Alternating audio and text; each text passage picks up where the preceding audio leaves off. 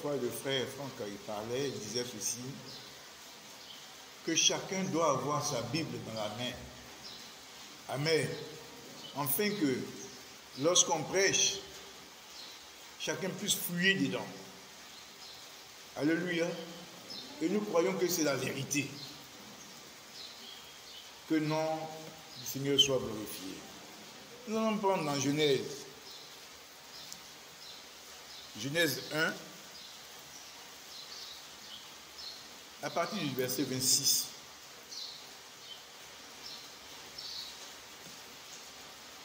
Je le lis. Puis Dieu dit, faisons l'homme à notre image, selon notre ressemblance. Amen. Et qu'il domine sur les poissons de la mer, sur les oiseaux du ciel, sur le bétail, sur toute la terre et sur tous les reptiles qui rampent sur la terre. Dieu créa l'homme à son image. Il le créa à l'image de Dieu.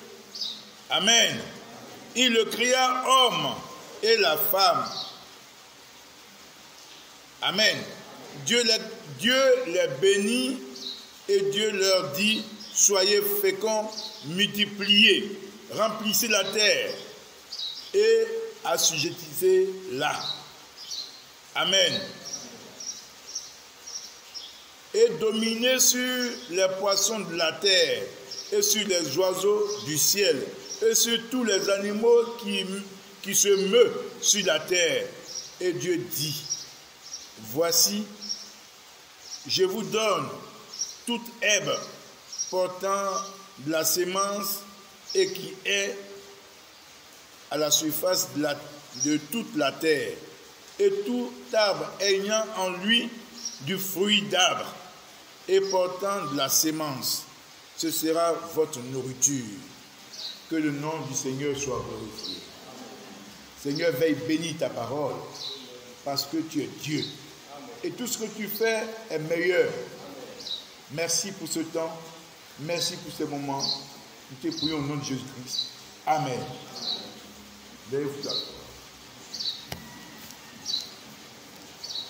Ici, ce matin, nous allons parler, le temps est très avancé, de l'image. Amen. L'image de Dieu. Amen. L'image de Dieu. Qui est l'image de Dieu? Quelles sont les images? Dieu n'a pas créé beaucoup d'images, mais il a créé une image. Il dit, faisons l'homme à notre image. Alléluia.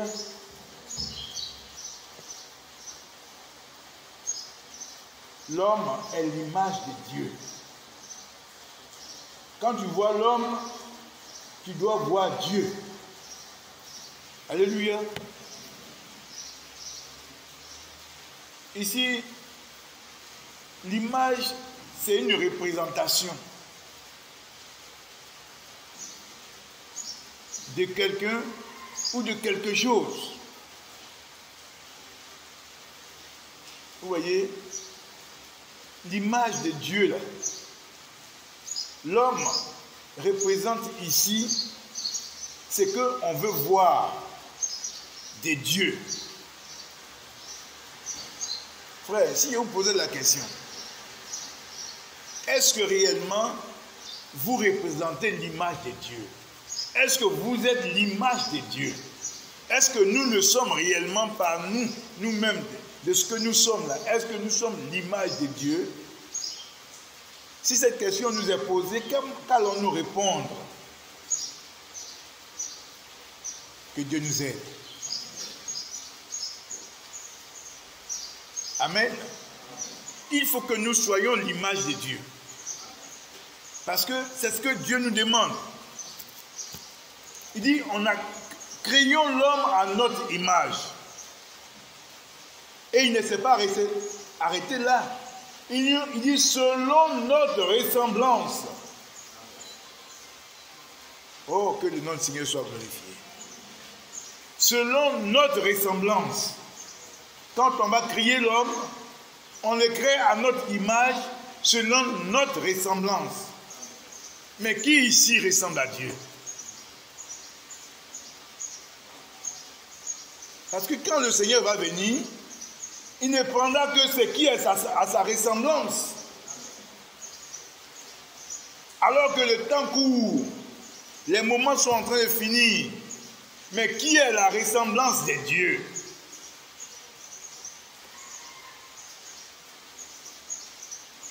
Ceux qui sont la ressemblance de Dieu, c'est ce que le Seigneur va prendre avec lui. Alléluia. Nous allons prendre, ce serait une prédication très courte, pour que nous puissions aller en profondeur nous-mêmes à la maison. Pour que chacun entre en lui-même et qu'il se pose cette question. Est-ce que je suis à la ressemblance du Seigneur?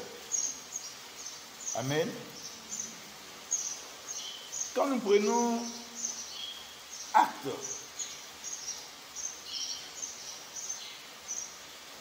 acte 11, à partir du verset 19.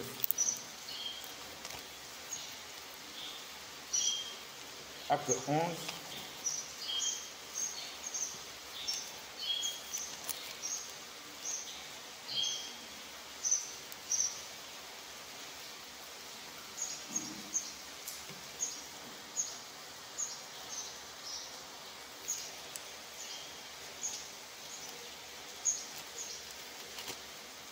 Acte 11, à partir du verset 19, il est dit ceci. Si vous voulez, on part à partir du verset 22. Après la partie 19, vous pouvez lire ça après, puisque le temps presse. Il dit, le bruit parvient aux oreilles des membres de l'église de Jérusalem. Et il envoyait Barnabas jusqu'à Antioche. Lorsqu'il fut arrivé et qu'il eut vu la grâce de Dieu, il s'en réjouit. Et il les exhorta tous à rester d'un cœur ferme, attaché au Seigneur.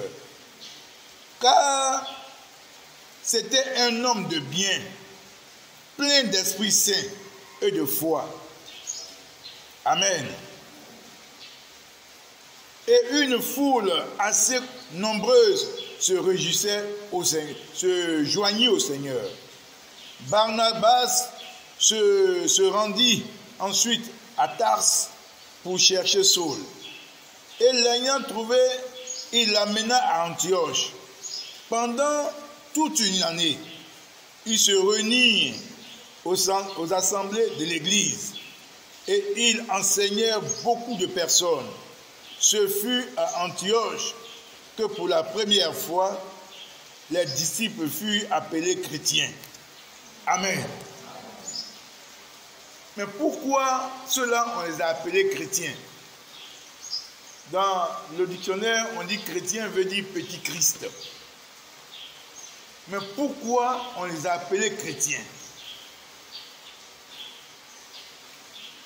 On devait choisir un autre nom, leur donner.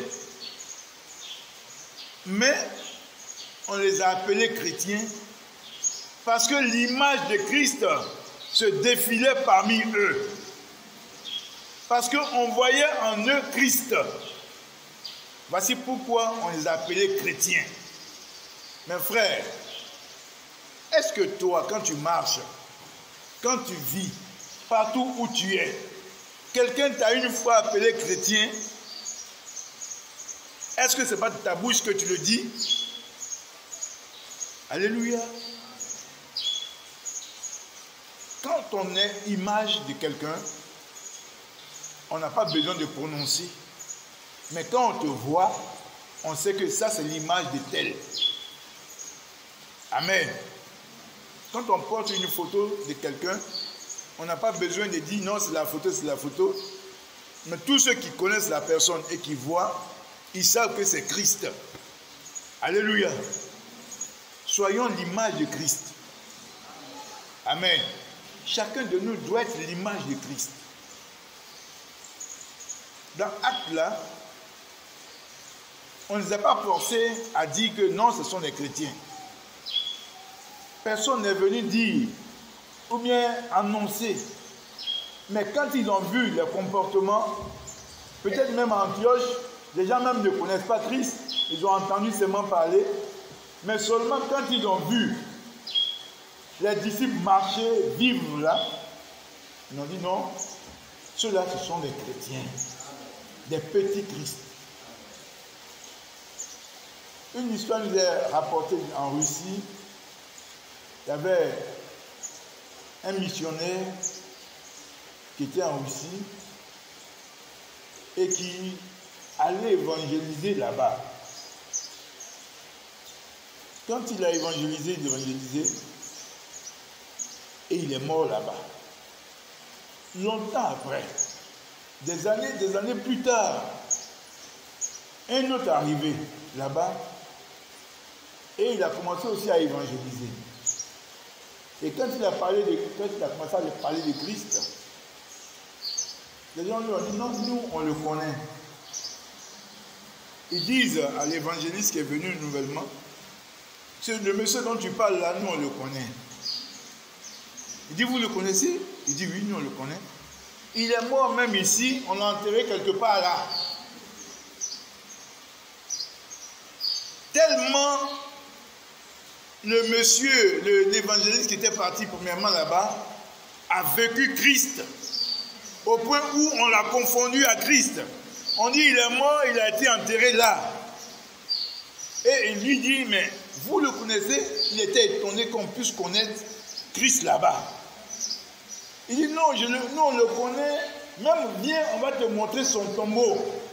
Ça tombe là, lui il est couché. Il dit, mais moi je sais que Christ n'est pas mort ici, il est mort à Jérusalem, il est mort là-bas en Israël. Comment se fait-il qu'eux ils disent non, que c'est là, et puis il dit, bon allons-y, au revoir. Ils vont sur une tombe d'un évangéliste qui est passé là depuis longtemps et qui est mort là-bas et qui a été enterré. Amen. Amen. Frère, que nous soyons cet évangéliste-là, que nous soyons ce chrétien-là, qui, on ne voit pas, mais on voit en lui Christ. Que cela soit pour nous et pour vous aussi. Que partout où nous passons, qu'on ne nous voit pas, mais qu'on voit Christ. L'image de Christ. Que le nom du Seigneur soit béni. Que le nom du Seigneur soit glorifié. À Antioche, on a vu seulement que Christ. On n'a pas vu les personnes. On dit de nombreuses personnes ont cru. Et ils ont commencé à marcher. Mais on ne les a pas considérés, mais on a considéré Christ qui était en eux. C'est le nom de Christ qui est sorti. On pourrait dire les paulistes, c'est-à-dire que les gens qui marchent avec Paul, ou bien les gens qui marchent avec Barnabas, mais ils n'ont pas vu ça. Mais ils ont vu que ce sont des gens différents, des gens qu'on a renommés, amen, qu'on a appelés chrétiens. Que Dieu soit glorifié. Mais ici sur la terre, il y a deux images. Il y a l'image de Christ et l'image du diable. Amen. Il y a l'image aussi du diable. Quand on le voit agir, on dit celui-là, ça c'est du diable ça. Ça ne vous arrive pas? Vous n'avez jamais dit cela? On dit non, celui-là, il agit comme le diable. Parce qu'il y a deux races sur la terre. Il y a la race de Dieu et il y a la race du diable. Ceux-là, ils sont différents. Tout ce qui nous rumine, c'est le mal. Tout ce qu'ils pensent, c'est comment faire pour atteindre un but. Et ce but-là, c'est la mort, de tuer. Que le nom du Seigneur soit glorifié. Mais la race de Dieu, elle se dépouille. Elle enlève le mal en elle. Elle court vers ce qui est bien. Nous prenons Éphésiens.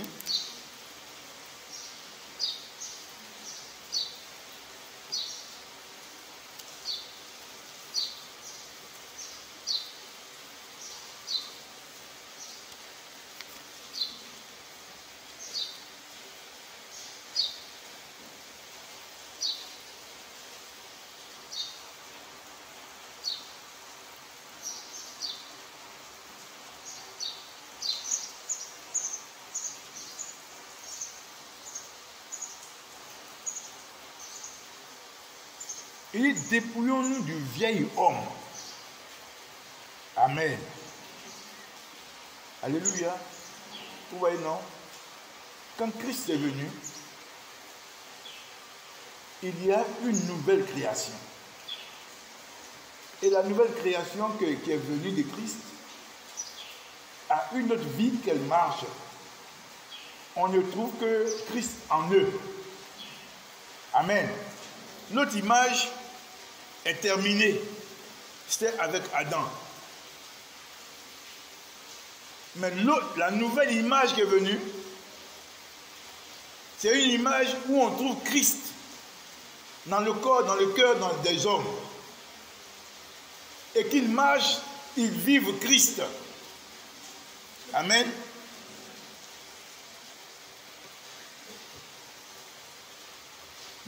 Éphésiens 4 à partir du verset 17.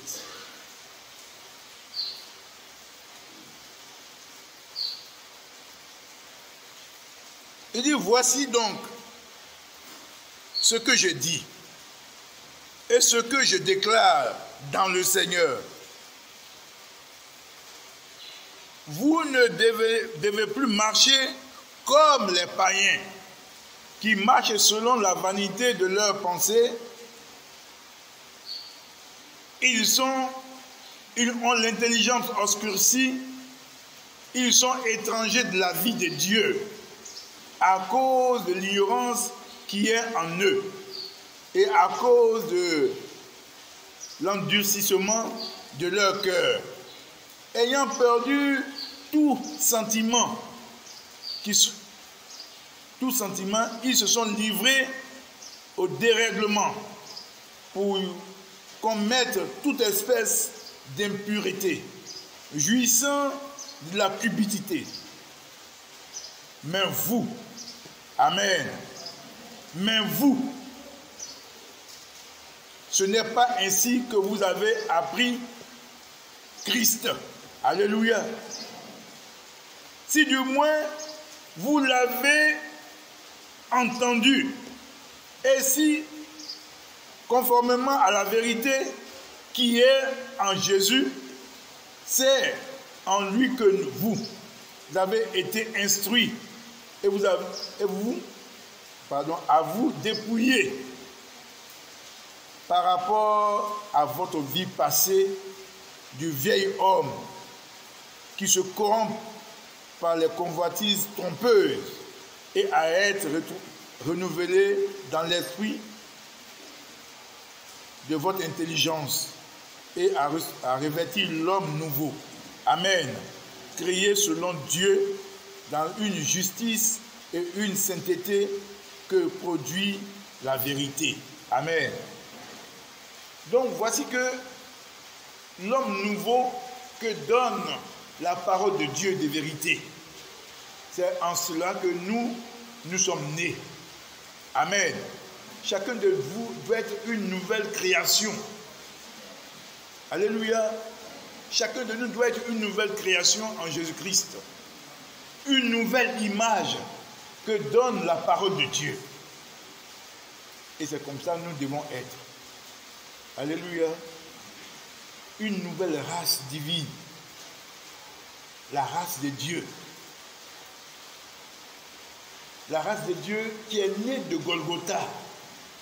Là-bas, tout a été pardonné, tout a été fait pour que nous soyons une nouvelle création. Amen. En Jésus-Christ. Et lorsqu'on nous voit, on ne nous voit plus, mais on voit Christ en nous. Des hommes parfaits, créés de nouveau par Jésus-Christ. Alléluia. C'est comme ça qu'on doit nous voir. Dans lesquels on ne voit autre chose que l'amour. Alléluia. On ne voit autre chose que l'amour. Qui ne voit pas la duplicité, la mauvaise manière de faire.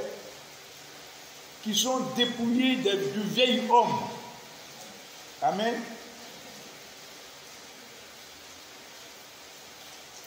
Je vais vous épargner beaucoup de lectures. Il dit dans Jacques 3, verset 9, il dit l'homme fait à l'image de Dieu. Amen. Que nous soyons des hommes faits à l'image de Dieu. Et pour cela, pour être ainsi, chacun doit aller à Christ, au pied du Seigneur. Et puis se mettre à genoux, demander au Seigneur, crée-moi de nouveau. Amen. Le Seigneur crée encore des hommes de nouveau. Et puis on demande au Seigneur, crée-moi de nouveau. Colossiens 1, verset 15. Des hommes créés de nouveau par Dieu. Que le Seigneur nous aide à avancer avec lui. Jean 1, verset 2. Jean 1, chapitre 2. 1 Jean 2. À partir du verset 1 à 6. Il dit, marchez comme lui a marché. Amen. Marcher comme Christ a marché. C'est comme ça, comme ils ont marché, comme Christ a marché, on les a vus, et puis on a dit à Antioche, là, ceux-là sont des chrétiens. Ce n'est pas des coléreux, ce n'est pas des revanchards, ce n'est pas des orgueilleux. Vous voyez, ce qui détruit notre église, ce qui détruit nos rassemblements, c'est l'orgueil, c'est le moi, c'est m'as-tu vu? Est-ce que c'est pas moi? Sans moi, sans moi, il n'y a pas ceci. Sans moi, il n'y a pas cela. Amen. Mais quand cela est détruit, alors tous nous sommes un. Et nous sommes un en Jésus-Christ. Et Christ devient un en nous. Amen. Le plus petit devient plus grand. Le plus grand devient plus petit. Et on s'unit les uns les autres. Et on travaille pour que la parole de Dieu atteigne son but. Alléluia. C'est comme ça que nous devons être. L'image de Christ. L'image de Dieu en nous. Il dit, il a créé l'homme à son image, à sa ressemblance. Comment nous pouvons ressembler à Dieu?